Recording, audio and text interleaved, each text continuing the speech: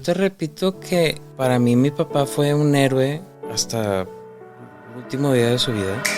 Como ese Pedro Infante, ¿no? De antes. Sí, así, el clásico norteño con su pancita así, su sombrero y muy gritón. Gente primero que nada tenía que ser ingeniero, porque tenía que ingeniárselas cómo sobrevivir. Asunto que hay que comprenderlo desde la perspectiva del varón. No lo vas a entender ni en los sentimientos, ni en lo fuerte, ni en lo pesado que se siente, pero sí hay que comprenderlo desde el lado del que está caminando al lado de ella, ¿no? Entonces yo creo que para mí es bien importante que mis hijos me conozcan como humano, que lo puedo regar, que puede ser que obviamente no lo sé todo, pero sí que se tenga la confianza de verme a mí y que se sientan como en un lugar seguro. Tu proyecto más importante en tu vida. Plomer es un muy buen proyecto. El otro negocio, cargadores, es un muy buen proyecto. Sin duda mi matrimonio es un proyecto más importante que eso. Y sin duda mi familia es un proyecto mucho más importante.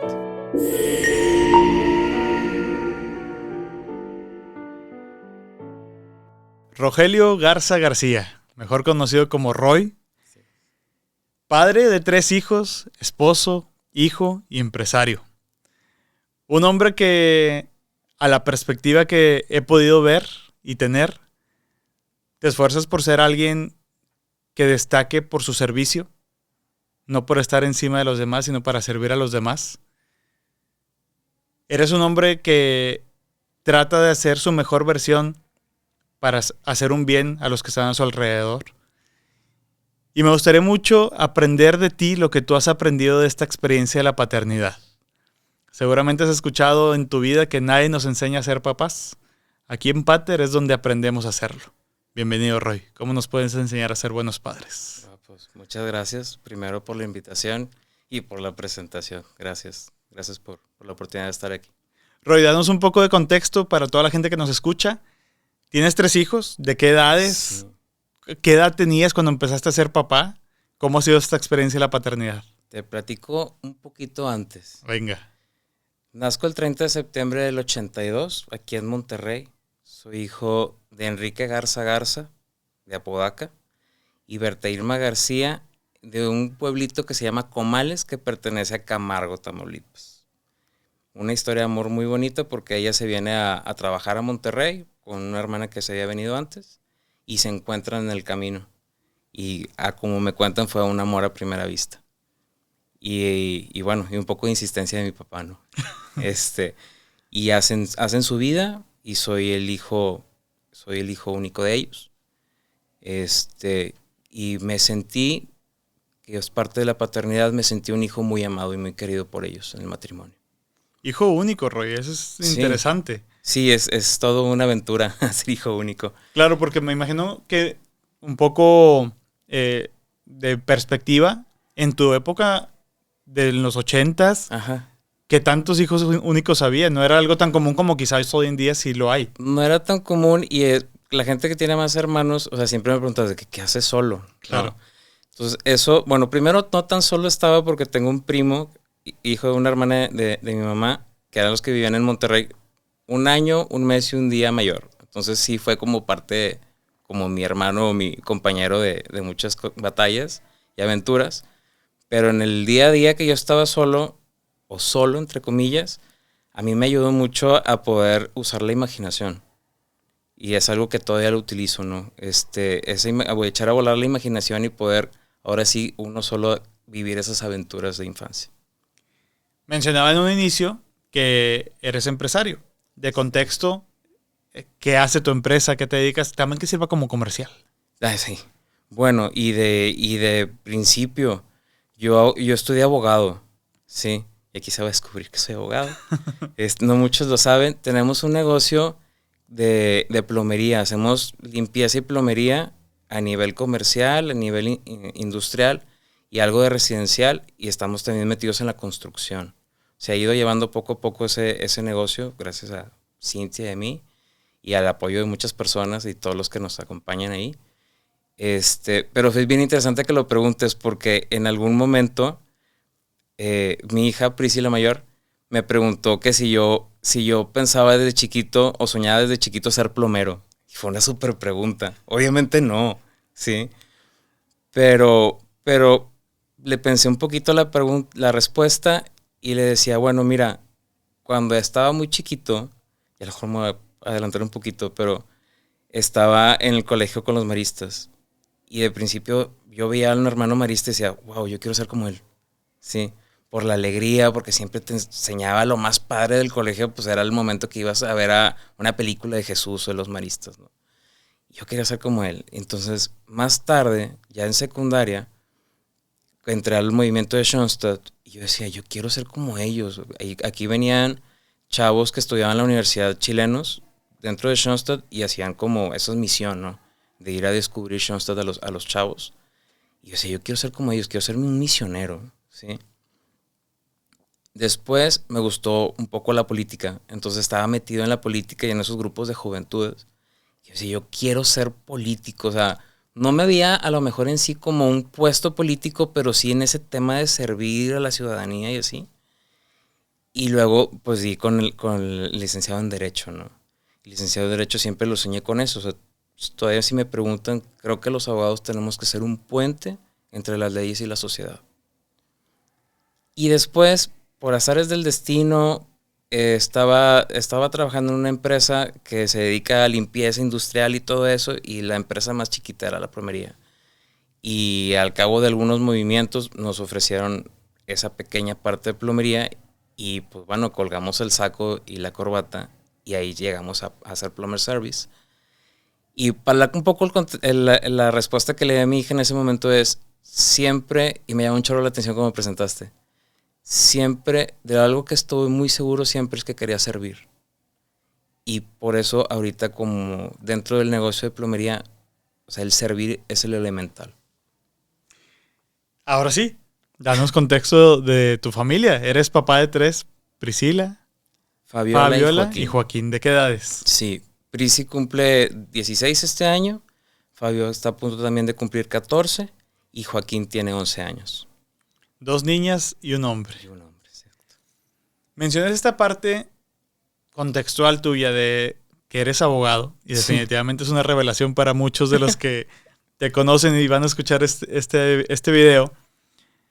Pero me dejas muy en claro que la vocación por el servicio estaba desde que viste a los maristas, después a los misioneros, después en este movimiento político de juventud, seguía esa inquietud de servir y al final te decides por el mundo empresarial desde el lado del derecho y después a emprender tu proyecto pues de una empresa.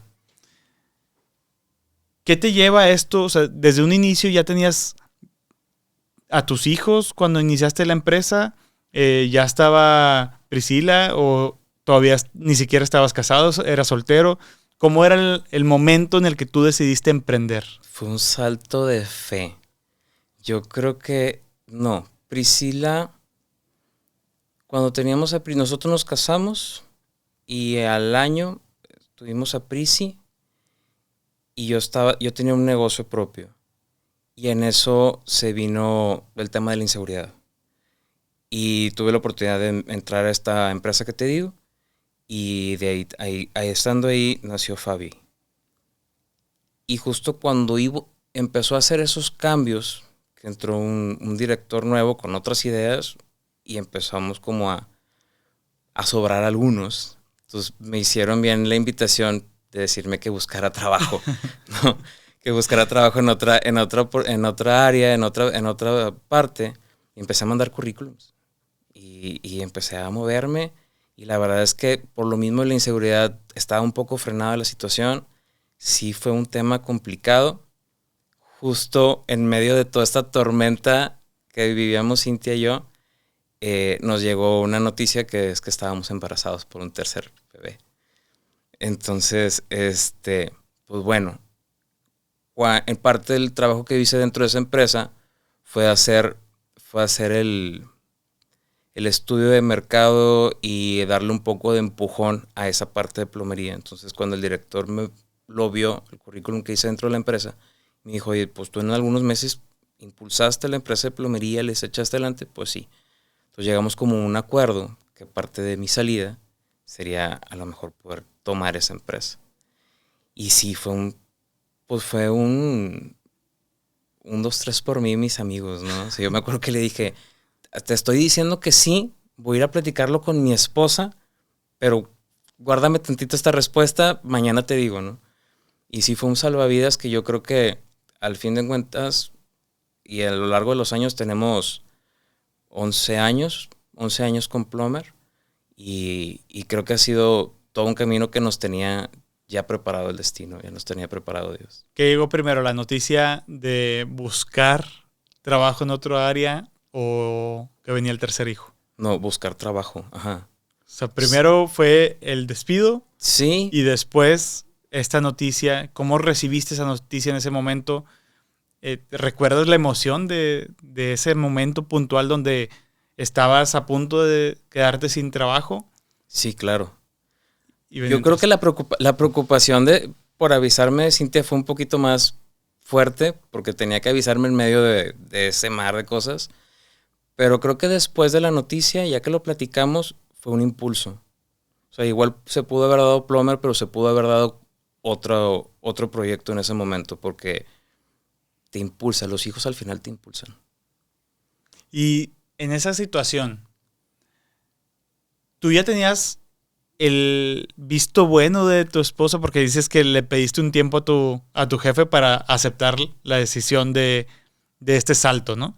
¿Cómo fue esa conversación y cómo fue la reacción también cuando compartes la noticia? Pues yo creo que es parte de una comunicación constante, ¿no? Que ojalá y siempre se diera toda esa comunicación, ¿verdad? Y de repente pasa entre poquito y mucho, pero creo que en ese momento de crisis, es lo que te va salvando, es una plática plana, llana, tanto en ese momento ella cómo se sentía, porque era importante físicamente, emocionalmente, como yo también cómo me sentía todos los días al llegar y saber que no tenía una llamada para un trabajo nuevo. Y luego ver esa posibilidad y pues va, o sea, nos apoyamos uno al otro. Sí, ese fue siempre. Ha sido siempre más bien la constante. ¿Y cuál era la situación con tus papás en este momento? Porque también al ser hijo único, seguramente la comunicación era constante y quizás la reacción de ellos te podía impulsar o poner más nervioso. ¿Cómo fue esa comunicación? Sabes que con mi papá fue un comerciante de toda la vida. Él estudió hasta sexto de primaria. Y estudió hasta sexto de primaria porque su papá, mi abuelo, le vio que le sobraba mucho tiempo. Entonces le dijo, te sobra mucho tiempo, vente a trabajar. Y poco a poco lo sacó o sea, le quitó todo el día trabajando que ya no pudo seguir estudiando. Él también en algún momento, digo, no que me lo quitara, pero me decía, ya estudiaste un chorro, ya estudiaste más que yo, me decía. Pero bueno, siempre me dio como el acabar. Bueno, ve, acaba, titúlate y a ver qué pasa. Y en ese momento yo platicaba con él y le decía, ¿sabes qué? Mira, esta es mi realidad. Voy a tener un tercer hijo. Ya estoy casado, estoy aquí en esta casa, que pues hay que pagar una mensualidad, la camioneta que hay que pagar una mensualidad y pañales que llevar y todo lo demás, ¿no? Y tengo en esta realidad. Y me dio la respuesta que yo creo que nunca imaginé. Yo creo que fui a preguntarle queriendo un apoyo, ¿no? Uh-huh. O sea, un apoyo de, bueno, mijito, no te preocupes, aquí está esto o algo, no sé. Y me dio yo creo que el mejor apoyo que me pudo haber dado en ese momento. Me dice, ¿tienes necesidad? Y le digo, pues sí. Ahí tienes tu respuesta. Dale. Y ya, yo creo que, claro que en ese momento me fui enojado y es que por qué no me apoyó o algo, pero creo que me dio el mejor apoyo que me pudo haber dado en la vida. Lo comprendí después con el tiempo, pero... ¿Cuánto tiempo después te diste cuenta del buen consejo que te dio tu papá en ese momento? No sé exactamente, pero sí poco a poco me di cuenta o nos pudimos dar cuenta que Plomer no fue una salida como lo pensamos, sino fue como una bienvenida a lo que seguía. Por lo que me compartes, la relación con tu papá era buena. ¿O es buena? ¿Era buena? ¿Cuál es esa situación hoy con tu papá? Mi papá fue un personaje y yo tengo la bendición de ser su hijo. Un personaje porque era como ese Pedro Infante, ¿no? De antes. Sí, así, el clásico norteño con su pancita así, su sombrero, y muy gritón. Así, la gente que de repente lo conocía te podías asustar por lo gritón que era, pero la verdad es que era un corazón bien noble. Bien, bien noble. Los que lo conocíamos sabíamos eso. siempre te daba un consejo, siempre quien fuera, si recién lo veías, platicabas tantito y te daba un consejo. Y creo que fue un maestro en la vida. A pesar de que estudió hasta sexto de primaria, él siempre decía que la gente primero que nada tenía que ser ingeniero, porque tenía que ingeniárselas cómo sobrevivir. Wow, buen consejo. Sí. Interesante. Buen dominio del lenguaje también, ¿no? También. ¿Recuerdas cuando viviste esta etapa, ya das el salto? ¿Cómo fueron esos primeros meses? Porque ya habías hablado con tu papá. Interpreto que ya habías concluido que había que dar ese salto. Con Cintia, tu esposa, también habían llegado a esa decisión. Pero ¿cómo fueron los primeros meses? ¿Empezó todo muy bien o el panorama no fue el esperado en un inicio para decir, tomamos una buena decisión? Pues eran manos a la obra, era colgar el saco y la corbata y ponernos las botas para entrar a la industria. Parte buena es que mi faceta de abogado fue un abogado muy metido en lo operativo, ¿no? Si tenía que firmar un contrato, pues quería saber si los equipos realmente lo podían hacer a las horas que lo tenían que hacer y cualquier cosa. Entonces eso siempre me mantuvo algún pie dentro del campo. Entonces, pero ahora sí ya fue darlo todo porque pues depende de ti, ¿no? Yo creo que eso es lo más complicado del emprendimiento, que sientes que depende de ti.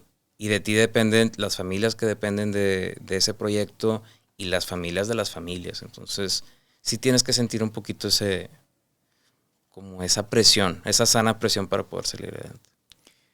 Me parece entender que desde tu situación también había una presión adicional a estas que mencionas con tu papá. No sé si por ahí tu papá también ejercía una figura de respeto, de admiración, que te hacía quizás cargar con una responsabilidad para hacer las cosas bien, como veías que él también las había hecho. ¿También significaba eso para ti tu papá? Mi papá siempre fue, y hasta el último día que tuvo de vida, siempre fue el héroe para mí. Siempre lo vi como un héroe. Ya cuando vas creciendo y eres adolescente, ves lo humano que son y ves cómo la puede regar en muchos aspectos, pero nunca dejó ser mi héroe. Y eso es importante. Sí, o sea, sí, él hizo con lo que pudo, con la herramienta que pudo, hizo un buen trabajo. Sí hay un poquito de esa presión extra, como dices tú, de poder seguir adelante y sacar adelante los proyectos. No siempre han sido buenos momentos. Hemos pasado momentos dentro de la empresa en donde nos marchan bien las cosas, en donde te cancelan proyectos o cualquier cosa, o uno toma decisiones que no pudo haber sido las mejores en ese momento. Pero creo que es parte de eso. Creo que es parte de lo mismo. Y lo mismo pasa con la gente que trabaja en una oficina, es exactamente lo mismo. No todos los meses llegas a la meta, pero tienes que esforzarte por lograr hacerlo. ¿Cuál era la situación también en ese momento con Cintia? Cintia trabajaba, tú eres la única fuente de ingreso, porque también para una familia cambia mucho la realidad cuando uno solo es la generación de ingresos para la familia, cuando los dos están, a partir de ahí empezó a trabajar. O sea, ¿cuál era el contexto familiar para la audiencia entender mejor la situación? Cintia venía trabajando y venía trabajando muy bien. Lo que sí era un asunto muy pesado, porque ya eran 2 bebés. O sea, Prissy tenía 4, Fabi tenía 2 y estaba embarazada. Ese es un asunto que hay que comprenderlo desde la perspectiva del varón. No lo vas a entender ni en los sentimientos, ni en lo fuerte, ni en lo pesado que se siente. Pero sí hay que comprenderlo desde el lado del que está caminando al lado de ella, ¿no? Entonces hay que hacer todo lo posible para echar adelante el proyecto. No le puedes quitar ese tiempo, pero sí tienes que ser un padre y tienes que estar presente.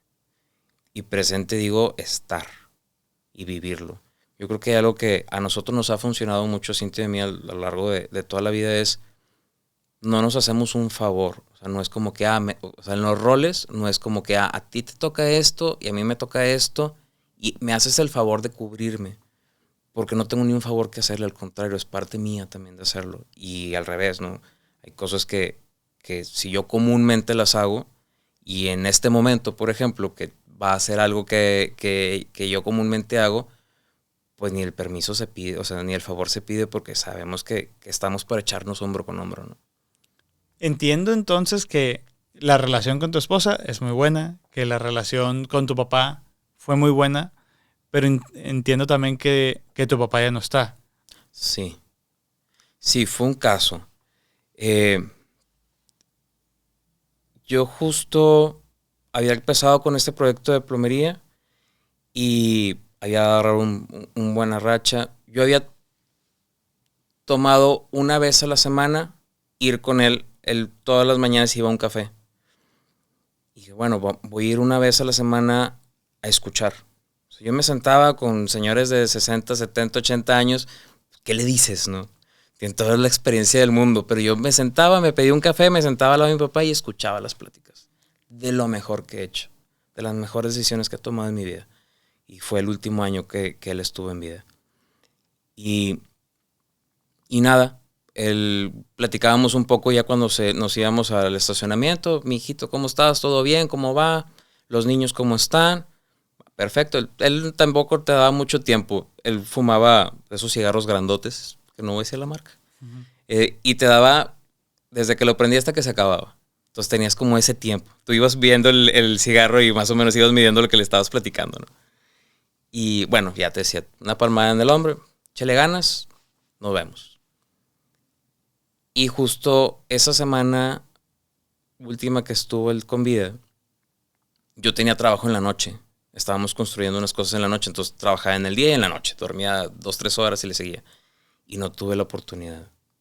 Y sí me dolió mucho en ese momento.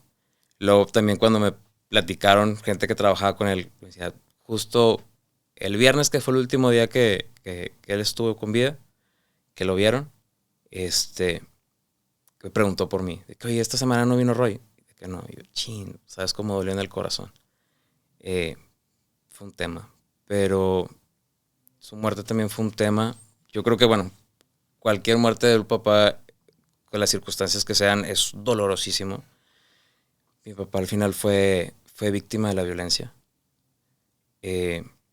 Tuvo tres intentos de secuestro y él me dijo en algún momento que había que cuidarnos porque él ya había entregado lo que tenía. Y sí fue una etapa en la que estuvimos cuidándonos mucho, tomando todas las prevenciones. Y esa última vez que fueron por él, ya no pudo librarla.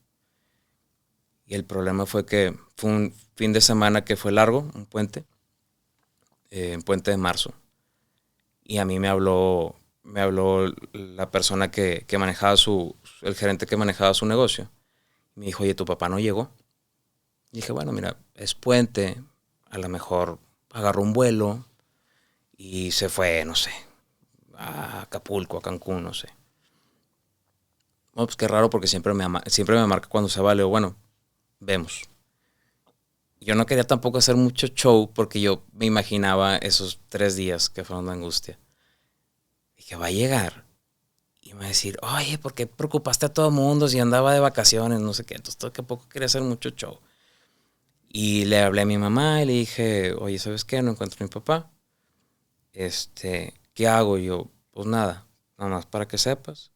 Le hablé a mis tíos, que eran sus hermanos, y a uno de sus amigos. Llegué, ¿no es cierto? Llegué el día siguiente de la mañana al café y pregunté por él y me dijo, oye, pues no, se juntaban a ver el juego de los Tigres, mi papá era súper tigre. Y fue, y no llegó. ¿Pasó algo? Le digo, no, me quedé de ver con él en el desayuno, pues si no llegó se debe haber desvelado. O se debe haber ido de vacaciones, sí, también. Y pasó el sábado, pasó el domingo, y el lunes que era el festivo, empezamos a hablar por teléfono a hospitales, a Cruz Roja, Cruz Verde, mi mamá me ayudó. Y pues no nos daban razón. Nos dieron la oportunidad de marcar a Locatel. Uh-huh. Pero la misma dije, no, porque imagínate, llamo una alerta a Locatel buscando a la persona y que mi papá llegue de vacaciones. Dije, no, me voy a meter en broncas. El lunes yo llegué a la oficina en Plomer, pago de impuestos, me acuerdo. Me marcó esta persona, Hugo, que es el gerente de ese negocio. Y me habla y me dice, no llegó. Lo bueno, tú abre, tranquilo, déjame, voy a pagar los impuestos al banco y ahorita llego ahí. Ya para eso ya habíamos ido al departamento donde él vivía, revisamos 2, 3 partes y no veíamos su camioneta, por eso yo pensé que estaba en otra parte. Llegué por él, por Hugo, y le dije, ¿sabes qué? Vamos a abrir el departamento. Y había un cerrajero de toda la vida de la colonia que nos conocía muy bien. Entonces llegué y le dije, oye Mario, ¿sabes qué? Necesito abrir el departamento de mi papá. Ayúdame, porque aunque sean unos pagos y no está. Ah, sí, cómo no, don Enrique, yo te echo la mano. Ya fuimos. Íbamos en mi camioneta, iba Hugo, el gerente, y iba el cerrajero. Llegamos a los departamentos y es el tercer piso. Y me ayudó a abrir la puerta y los cerrajeros abren la puerta y se voltean. Entonces yo pude entrar y me tocó verlo. Me tocó verlo cómo quedó. Y fue un asunto de mucha violencia. Y es algo que yo pude vivir como hijo. No solo yo, sino la verdad es que muchas familias en México lo siguen viviendo. Creo firmemente que nadie debe de acabar con la vida de nadie. No solo es una persona, sino se acaba toda la familia. Es un tema que hay que rezar mucho por la gente que lo hace. Mucho para que Dios ilumine su corazón. Pero es algo que me tocó vivir. Es algo que llevo conmigo. Es algo que se puede sanar, pero no se olvida. Y es algo que, como me enseñó mi papá en vida, es algo que no hay que fijarse tanto en la forma en que falleció, sino en cómo vivió. Mi papá los días siguientes me sorprendió. Lo volví a conocer a través de muchísimas personas. Obviamente por la naturaleza de la muerte, pues salió en público y mucha gente se enteró. Y tú no sabes, Ángel, la cantidad de gente desconocida que llegaba y me decía, mi papá tenía un negocio de autopartes, lo tenemos todavía, de carburadores, entonces son carros viejitos. Y llegó una vez un cliente, un chavo, me dice, tu papá, o sea, fue al negocio nada más a decirme eso, tu papá, mi abuelo me regaló el bocho que tenía cuando cumplí 16 años. Y tu papá, y si yo llegué, no sabía nada de mecánica, y tu papá me regaló el carburador y me lo puso él y me lo carburó para que él me andara. Y yo le dije, y que el chavo le dijo, pues es que yo nada más traigo, guárdalos, mijo. Y así te puedo decir cantidad de gente agradecida con pequeñas cosas que mi papá hizo, a lo mejor sin él saber todo lo que le generó en las vidas. La verdad es que fue un yo le digo que fueron como esos abrazos al corazón que Dios me ayudó a poder ir sanando poco a poco lo que viví y poder ver lo que realmente vale la pena, que fue la vida de mi papá. ¿Cómo compartiste la noticia con tus hijos? O sea, porque también seguramente hay un proceso de discernimiento para ti ya como papá, entendiendo que hay una responsabilidad también más allá de lo que tú estás viviendo como hijo, ¿no? Hay dos cosas. Yo creo que en ese momento estaban muy chiquitos. Solo le dijimos que su abuelito falleció en la cama. Cosa que no estás diciendo mentiras, fue cierto. Poco a poco se darán cuenta a cómo vayan creciendo. Pero hay otra cosa bien importante que a mí me tocó vivir con mi abuelo y yo he estado tratando de hacer estos momentos con mi papá y mis hijos. Mi abuelo fallece cuando yo tengo como 4 o 5 años, entonces realmente no tengo recuerdos de él. Así como una vaga visión, casi como un fantasma, ¿no? Pero lo conozco perfectamente porque yo acompañaba mucho a mi papá en los viajes a la hora de manejar en la carretera y me platicaba todas las aventuras. Todas las aventuras. Es que como mi papá decía, y es que mi papá una vez decía, y mi papá una vez me dijo, y por aquí pasé con mi papá y no sé qué. Entonces yo conozco perfectamente a mi abuelo gracias a mi papá. Me puse esa misión. Mis hijos estaban muy chicos. Si acaso Prisi podrá tener algún recuerdo muy, muy, muy vago. Pero cada que puedo le digo, es que su abuelito Enrique esto, su abuelito Enrique el otro. Entonces Tenemos, yo creo que las personas que nos fallecen nuestros papás con nuestros hijos muy jóvenes, tenemos ese compromiso, por así decirlo, de ser ese puente entre que conozcan a tu papá, ¿sí?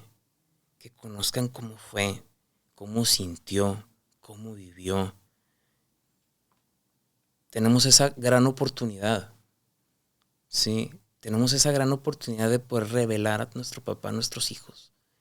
Y creo que es un regalo de la vida. Me despierta mucho interés, o sea, la palabra que utilizaste, ¿no? Revelar cómo era tu papá, ¿no? A tus hijos puntualmente, pero también tiene mucho sentido con la fe, ¿no? O sea, al final uno va revelando lo que experimenta con Dios, con María, con la experiencia que cada uno va teniendo en su espiritualidad. Lo importante es ir revelando lo que guarda el corazón. ¿Qué estás buscando repetir, emular de lo que tú viviste como hijo con tus hijos ahora? Es decir, tú lo viviste con tu papá y ahora que tú eres papá, ¿qué estás buscando replicar también con tus hijos? Yo te repito que para mí mi papá fue un héroe hasta el último día de su vida, sin quitar que fuera humano.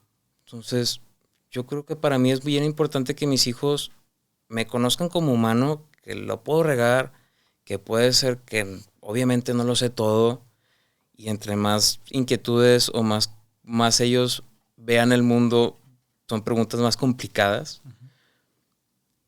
pero sí que se tenga la confianza de verme a mí y que se sientan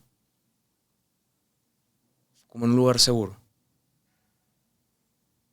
¿Así te sentías tú con tu papá? Sí, sí, a pesar de saber que a veces yo sé que no me va a contestar lo que yo quiero en este momento, pero si me da un abrazo, va, ahí vamos en el camino. Yo creo que eso es lo que quisiera a lo largo de mi paternidad poder tener con los tres, que se sientan su lugar de descanso. Eres abogado. Sí. Y seguramente la situación que viviste con tu papá también te despertó ese lado de buscar justicia y tu lado humano también debió haber despertado en ti de alguna manera el querer buscar hasta cobrártela, ¿no? ¿Cómo manejas esa emoción? Porque una cosa es alguien desde afuera suponer lo que se siente y otra cosa es estar en carne propia viviéndolo, ¿no? Con tu posición de abogado, con tu carácter y de tu personalidad, ¿cómo confrontaste esto para que mencionaste previamente? Para que sea sanado, aunque quizás no va a ser olvidado. Me tocó vivir algo que ahora lo veo y digo, es bien curioso, porque pasa el tema de mi papá, obviamente hay que ir a ministeriales, hay que investigar cosas. Sí, claro que se me activó el lado de abogado. Aparte que yo llegué, no sé, o sea, yo llegué a la agencia de investigación y llegué a sumarme, a ser uno más. Y primero me dieron acceso al expediente porque soy hijo. Segunda porque soy abogado. Pero te juro que eso fue y se dio, pero natural. O sea, yo llegué con el que estaba a cargo y le dije, mira, aquí está, esta es mi cédula, aparte soy el hijo, necesito revisar. Hay cosas del expediente que no me cuadran, que quiero revisar. Hay temas que no están llegando. Y empecé a revisar, y fui un día, fui otro día, fui 3 días, fui otra semana. Fueron, yo creo que casi 6 meses en que estuvimos investigando, en que estuvimos revisando, en que el proceso judicial puede ser un poco lento en ocasiones, en muchas ocasiones.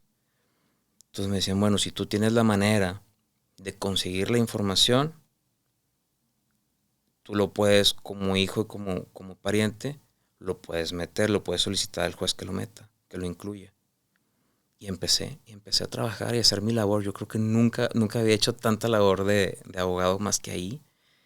Y investigué, se robaron por ahí las tarjetas de mi papá, entonces investigué en estado de cuenta de dónde le habían pasado. Pude acceder a las cámaras de las tiendas donde estuvieron, y todo eso lo fui metiendo.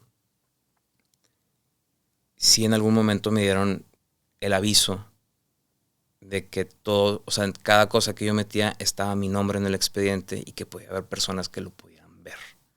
Y era riesgoso.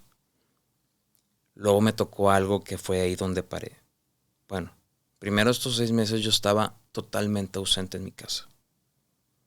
No dormía muy poco, me vencía el sueño.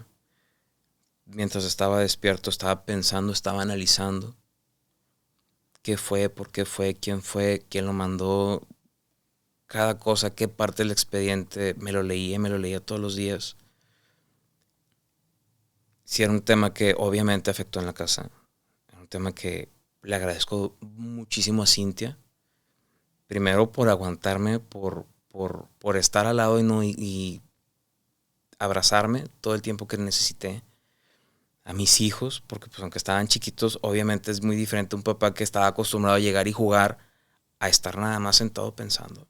Sí fue un tema muy complicado. Al padre Estefano. Yo creo que en algún momento Cintia no sabía qué más hacer y le habló al padre y le dijo, a ver, haz algo. Y me ayudó un montón. Y luego acá en la parte del expediente, un día me hablaron y me dicen, necesitamos que vengas a ver una foto. Va. Y me fui a la agencia.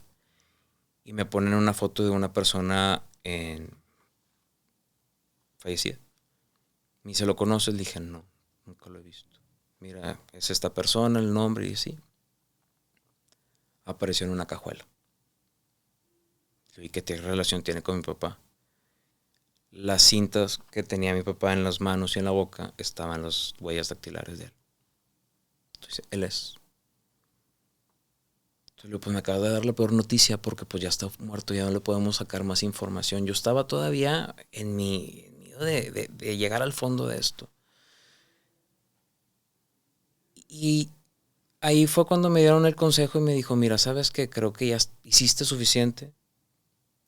No vas a regresar a la vida de tu papá. Por más que te metas. Y sí es complicado cada vez que metes más cosas o te quieres meter más información. Y tuve la oportunidad. Y te digo que no sé cómo se dieron esas cosas. Comúnmente no pasa. No puedes hacer eso. Agarré el expediente de mi papá. Guardé las últimas cosas. Lo sellé. Me llevaron a una bodega donde está todo el archivo. Fui y guardé el archivo de mi papá.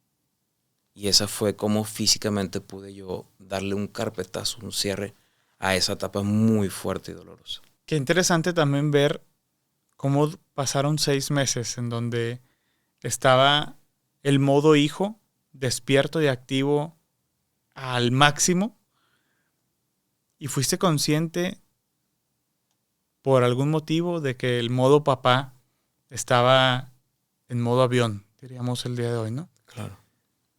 ¿Qué fue lo que te hizo caer en la cuenta de despertar o desactivar ese modo avión para tu versión como papá?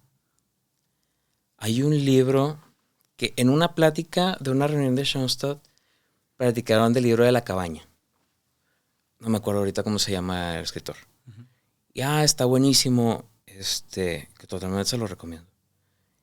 Y total, lo compré y lo empecé a leer. Y sé perfectamente dónde hizo el clic. Estaba en AT&T esperando que me recibieran para un tema de cambio de aparatos y se tardaron un montón. Entonces dije, no, aquí mero, yo me llevaba a mi computadora y empezaba a trabajar ahí y llevaba mi libro y estaba leyendo. Hay una parte, bueno, se trata de un tema de un fallecido. Hay una parte en donde narra el autor que al papá tiene la oportunidad, se mete a una cueva y donde está cayendo agua, puede ver el cielo. Dios le permite ver el cielo. Y ve a su hijo, pero no lo ve como se lo imaginaba. No lo ve asesinado, no lo ve con sangre, lo ve bien, lo ve alegre, lo ve vivo, lo ve en el cielo con Dios. Yo creo que perdemos un poquito esa perspectiva cuando se nos fallece alguien. nos quedamos con lo último. Por eso te digo, toda pérdida es dolorosa, haya sido como haya sido. Pero es dolorosa para nosotros porque nos quedamos con eso último, con lo que batalló, ¿sí? Pero él no se quedó ahí. Yo me quedé ahí. Me quedé 6 meses ahí. Pero él ya no estaba ahí. Porque Dios nos hizo una promesa. Y Dios nos hizo una promesa que vamos a estar enfrente de él. Y vamos a estar lo más alegre del mundo.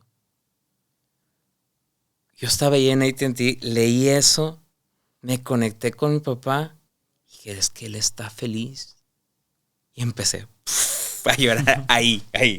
Ahí en mero con todo el mundo ahí. Yo lloré, pero lloré con ese llanto de sanación que limpia el alma. Y ese fue un antes y un después. Ese fue un, ¿sabes qué? Necesito ponerme a ser padre. ¿Qué significa ser un buen papá para ti? Wow. Tenemos una tarea los que somos papás. Primero tenemos que acompañar a nuestros hijos. Acompañarlos. A que saquen lo mejor de cada uno en su individualidad. Para que lleguen a la santidad. Está cañón. Está cañón. Yo le digo que la paternidad es como estar en la plaza de toros. Cuando estás muy chiquito, eres el torero. Y le das contra el toro porque no quieres que tu hijo pase nada. Pero en algún momento te toca ser los que están atrás del... ¿Sí? Y echarle porras y decirle, ahí viene el toro, ten cuidado. ¿Sí? Pero más tarde, cuando crecen tus hijos, te toca estar en la primera fila, echando las flores. Tienes que darle esa oportunidad a cada uno de los hijos que se conozcan a sí mismos y conozcan el mundo de su forma de ser, lo que les toca vivir, siempre rezando. Lo que he dicho es, cuando ya tus manos no alcanzan las manos de tus hijos, la oración es la que los alcanza. Tuviste una experiencia muy fuerte social. O sea, además de lo que viviste como hijo, también en la parte social, hay un tema de comprensión de la justicia, de la honestidad. Hay un tema también de cómo transmitir esperanza a tus hijos, a tu familia, con lo que traes de historia, ¿no? ¿Cuáles son los valores que, previo a esta experiencia con tu papá, quizás tenías presente como los más fuertes, y si hubo un parteaguas de decir, no, a partir de ahora esto es lo más importante para transmitir a mis hijos? ¿Notas que hubo algún cambio por la experiencia que tuviste? Y la pregunta es, ¿cuáles son esos valores que quieres que tengan tus hijos, pase lo que pase? Creo que más que cambió, reafirmó. Dentro del movimiento de Schoenstatt, hay algo bien importante que así me hace lo básico, que es el ideal. Es el ideal personal. A mí me tocó sacarlo en juventud. Creo que tienes que buscar tu centro. Y por ahí, cuando íbamos a dar una plática, nos pasaron, te lo voy a mandar. Es un link de 10 segundos de una película que se llama Los Guardianes. Que a mí me fascinaba verla con mis hijos. La vimos, es más, las vimos, no sé, de esas películas que las ves N veces, porque aparte está muy padre. Y nunca me di cuenta de esa parte hasta que la hermana Mara nos lo pasó para dar una plática del ideal. Los Guardianes, pues está Santa Claus y está el Conejo de Pascua y está la de los dientes y están todos esos, ¿no? Y está Escarcha, Juanito Escarcha, ¿sí? Que el tema es que no sabe por qué lo mandaron llamar a ser un guardián, porque él se ve inofensivo, no sabe. Y tiene una plática con Santa Claus, fíjate en qué estoy, ¿no? Y Santa Claus saca unas de estos muñecos que se van sacando de uno en uno. ¿Matruscas se llama? Sí. Va. Y la matrusca, la más grande, venía feliz, contento. Entonces dice, soy un tipo feliz. Todo el mundo me conoce porque soy un tipo feliz. Y la saca y verán como que alguien alegre. Y luego alguien fuerte. Y luego alguien así. Y el más chiquito venía un monito con cara de sorpresa. Dijo, pero mi centro es que nunca me dejo de sorprender. Ese es el ideal. Está genial. Porque realmente ese es el ideal. Tú tienes que buscar cuál es tu eje en la vida. ¿Qué es lo que harías independientemente si eres abogado, si eres plomero, cuando eres papá, cuando eres hijo, cuando eres hermano, cuando eres compadre? ¿Cuál es tu eje de vida? Eso es lo más importante. Si yo puedo aportar, y respondiéndote, un poquito en que mis hijos encuentren ese ideal para lo que Dios los llamó en la vida, yo estoy agradecidísimo. ¿Qué sería de Roy como hijo y como papá si no estuviera la fe? Al día de hoy, a mis casi 43, no vería un Roy sin fe. Para mí la fe es algo fundamental. La fe y la fidelidad. La fidelidad a Dios, que de repente es lo más sencillo de perder. Porque no es la fe cuando todo está padre. Cuando todo está padre, uno ve y, ay, Diosito, gracias. Gracias porque el negocio va muy bien. Gracias porque mis hijos están sanos. Pues sí, claro, gracias. No, gracias porque nos estás dando esta enfermedad. Gracias porque nos estás dando esta crisis. Gracias porque en medio de la tormenta y lo más complicado que fue este punto, por ejemplo, que te estábamos platicando de la muerte de mi papá, gracias porque dentro de eso me pudiste revelar a un papá mucho mejor que el que pensaba. Gracias porque me fuiste preparando el corazón para poder pasar estos momentos. Gracias porque pusiste en mi vida a la persona que amo, que era la necesaria para que estuviera ahí al lado mío. Y gracias por darme esos 3 hijos, porque me diste por qué seguir adelante. ¿Qué significa para ti la iglesia? O Schoenstatt puntualmente, ¿qué lugar tiene para ti? Porque mencionaste al padre Estefano, mencionaste a la hermana Mara, y una de las razones que me impulsan para tener este proyecto es una frase de Fulton Sheen, que él decía que en todo el mundo no hay más de 100 personas que odien el catolicismo. El resto odia lo que cree que es el catolicismo. Tú eres un fiel testigo y un testimonio de la experiencia de la iglesia. ¿Pero qué es para ti la iglesia? Como hijo y como papá. La iglesia creo que es el regalo que Dios nos dio para poder sentirnos amados. Es como el salvoconducto, ¿sí? Es la oportunidad que Dios nos da para poder participar. Fíjate qué gracioso, porque si creemos que Dios todo lo puede, obviamente no ocupa que nosotros con nuestras manitas y nuestros pensamientos hagamos cosas. Pero es tan buen papá, Dios, que nos permite ser parte de su creación y de su vida. Creo que la iglesia es ese salvoconducto de poder participar y ser parte de él. Ahora en tu experiencia como papá, estás enfrentando también una realidad en la que ya tus hijas son adolescentes. Sí. Y tu hijo pues, está ya a la vuelta de la esquina, ¿no? Claro que como hombre hay una realidad en la que pues ves unas características en tus hijas, ves un comportamiento social que se van desenvolviendo, conoces la situación del país, conoces la situación de la ciudad y puede ser muy sencillo para un hombre vivir con cierto temor o con una exagerada preocupación, ¿no? De tema seguridad, pero también del tema social. ¿Cómo confrontas esta etapa con tus hijos, donde ya son adolescentes, donde se exponen a ciertos ámbitos, ambientes, contextos que puedes encontrar quizás no los ideales para ellos? ¿Cómo lo confrontas como papá para acompañarles y en esa intención que tú mencionaste de que descubran su ideal, no quitarles una oportunidad, sino enseñarles a ver una oportunidad donde quizás nosotros como papás estamos viendo peligro?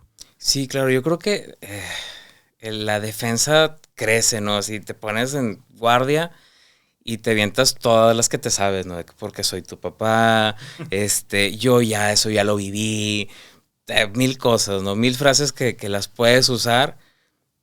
Yo creo que como defensa. Hay algo que nunca te debe de tomar, como persona, pero como padre, que es el miedo. El miedo es horrible, porque el miedo te hace ser esto, te hace no ver más allá de ti y te paraliza. Como papá no te puedes dar el privilegio de paralizarte. Nunca. No podemos hacer eso. El miedo te lleva a tomar decisiones así muy egoístas. Pero vamos a volver al principio. Dios te dio el regalo de ser padre. Dios te dio el regalo de participar dentro de su obra. Estás participando dentro de la obra más hermosa del mundo, que es Dios. No podemos ser egoístas en nuestra paternidad. Claro, hay cuestiones de platicarlo, hay cuestiones que hay que sentarse y decir, mira, estas son las opciones, ahorita no estás en edad, pero más tarde lo vas a poder hacer. Hay cuestiones que la sociedad pues tienes que ver que vives en un mundo en donde hay voluntades buenas y voluntades no tan buenas. Pero dentro de eso tú tienes que ser consciente de que participas nada más dentro de la gran vida de tus hijos. ¿Qué hace Roy al día de hoy para ser un padre presente? ¿Qué hago? Le enseño a manejar a mi hija, por ejemplo. Creo que todo el mundo tenemos agendas distintas, hablando del tiempo, que el tiempo es algo limitado. Hay que ver cuál es tu proyecto más importante en tu vida. Plomer es un muy buen proyecto. El otro negocio, cargadores, es un muy buen proyecto.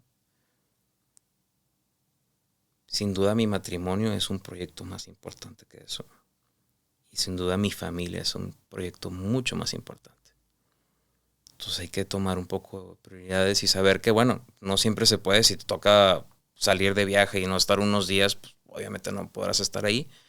Pero siempre existe una llamada, siempre existe darles una tarea, siempre existe el saber que si en este momento no puedo estar ahí, pero le toca entrenar o le toca tener alguna clase o va a tener algo importante, pues mandar un mensajito y decir que te vaya súper bien en eso. Que sepan que dentro de tu agenda diaria siempre están presentes ellos. Mencionaste que para ti tu papá fue un lugar seguro para ti. Sí. ¿Qué hace Roy para ser un lugar seguro para sus hijos? Yo creo que el secreto es en dar. Amar, solo hay una forma de amar, que es amarlo todo. No puedes amar a medias. No puedes decir, bueno, nada más un ratito y a ver qué pasa. No. Y creo que con los hijos ese es el secreto. Y amar de repente significa dejar ir. Y está padre. ¿Qué has encontrado como papá que ha sido hasta ahora lo más retador? Como papá, lo más retador. Yo creo que en estos últimos años, cuando tienen ya o están creando su conciencia de sociedad, sobre todo de identidad en el punto de vista que escucharlos, qué es lo que piensan, por qué piensan las cosas. Es sumamente interesante. Nosotros como papás creo que nos damos mucho la tarea de hablar. Y a veces que hablamos de más. Hablas a veces que hasta cuando no te lo piden. Cuando en los tres, más que nada las niñas, lo único que quieren es que los escuches. Entonces, si marcamos esa pauta y nos apretamos tantito la boca y escuchamos antes, podemos escuchar cosas bien interesantes. Es un reto, pero es muy padre hacerlo. Roy, para ir cerrando, quiero aprovechar, sí, para que la gente sepa de Plumber Service. Ya lo mencionaste en el inicio, pero si te quieren contactar para el servicio, ¿cómo te encuentran? Y voy a ir cerrando con una pregunta que vale la pena que la pienses. Pero primero esto. Va, pues Plumber Service está en todos, Facebook, Instagram y las redes sociales como Plumber, como plomero pero sin la última O, service, y a disposición. Sin prisa. Okay. Pero puede ser muy probable que en toda la grandeza o la magnitud que tiene el Internet, seguramente hay algún papá que está viviendo una situación complicada por el tema de la injusticia, de la inseguridad, de la violencia que podemos tener lamentablemente en este país y en el mundo. Tú lo has vivido en carne propia y creo que un consejo de alguien que lo ha vivido tiene mucho más valor que alguien que lo puede apreciar desde afuera. ¿Qué le dirías a ese papá que ha tenido la experiencia de sufrir la violencia y la inseguridad? Ya sea con su papá, como fue tu caso, puede ser con una esposa, puede ser incluso con un hijo, ¿no? Claro. Lamentablemente esa es la realidad en la que vivimos. ¿Qué le dirías a ese papá que, como tú, quizás está abocado completamente en esa situación, en ese momento, y que quizás está dejando ir otras oportunidades? Pero principalmente a ese papá que escucha este momento y que no ha sido capaz de superar esa experiencia que puede ser muy dolorosa y que seguro que lo es. Wow. Creo que es muy humano el sentir coraje. Es más, es algo que hay que sentirlo. Te arrancaron, pero de tajo algo. Te arrancaron de tajo a alguien que yo decía al principio, es que esto no tenía por qué terminar así. Y exacto. No tiene nadie que terminar así. No debiera. Se vale llorar. Se vale enojarse. Se vale preguntarse por qué, por qué a mí. Todo eso se vale. Pero todo eso tiene un tiempo. Uno tiene que comprender desde la fe, desde el amor,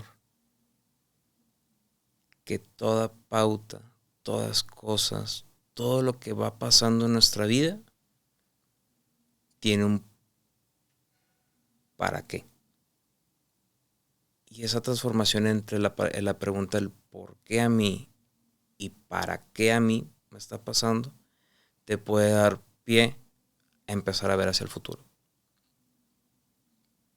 Porque por algo lo estás pasando. Hay que ver para qué. ¿Para qué? ¿Por qué me quedé yo aquí? ¿Por qué tengo que ser ese puente? En este caso con mis hijos. O sea, bien, en otro universo mi papá estuviera por aquí, estuviera dando consejos o no a sus nietos, a lo mejor sería el que le estaría enseñando a manejar a Prisi, no yo. Probablemente, no lo podemos saber nunca. Pero entonces, ¿para qué permitió Dios, no, esta muerte? Pues a lo mejor para que yo conectara con mi hija y fuera yo el que pudiera enseñar a manejar.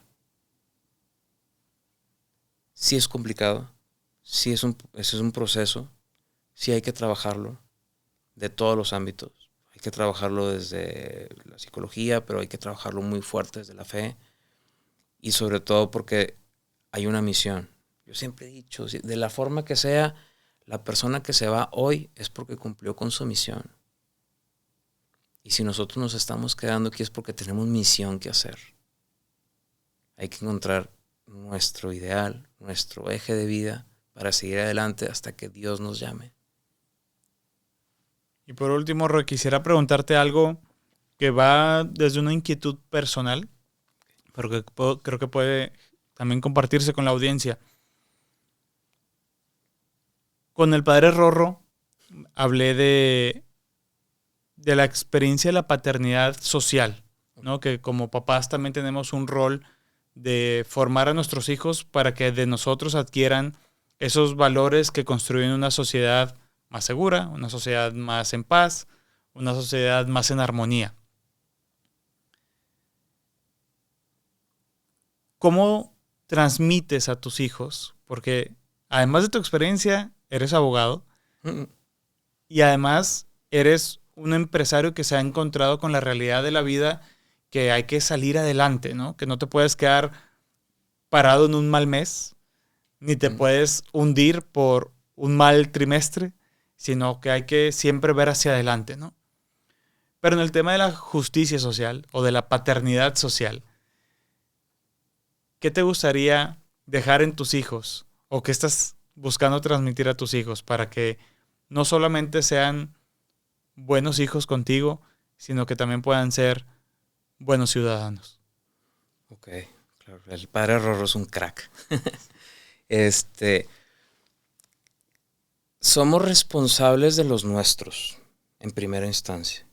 Por eso tratamos de ser el mejor ejemplo que podemos. Tratamos de inculcar. Tratamos de ir todos en equipo, como familia. Pero somos corresponsables con los que tenemos al lado. La vida es un tren. La vida es un tren y hay gente que se sube en una estación y se baja en la que sigue y está una pequeña parte de tu vida. Hay quien se acompaña toda la vida y hay quien tiene trayectos más largos. Somos corresponsables de cada persona que se sube a nuestro tren, por más pequeño que sea el tiempo o el lapso que esté en nuestra vida. Muy bien. Y ahora sí, por último, ya lo dije 3 veces, ¿no? ¿Algún mensaje que te gustaría dejar? Esto va a quedarse en las redes, pero algo que tú dijeras, esto quisiera que mis hijos lo recuerden siempre de mí. Wow. Si hubiera algo que yo quisiera ahorita, mis 40 y casi 43, el día después de que yo ya no esté físicamente con ellos,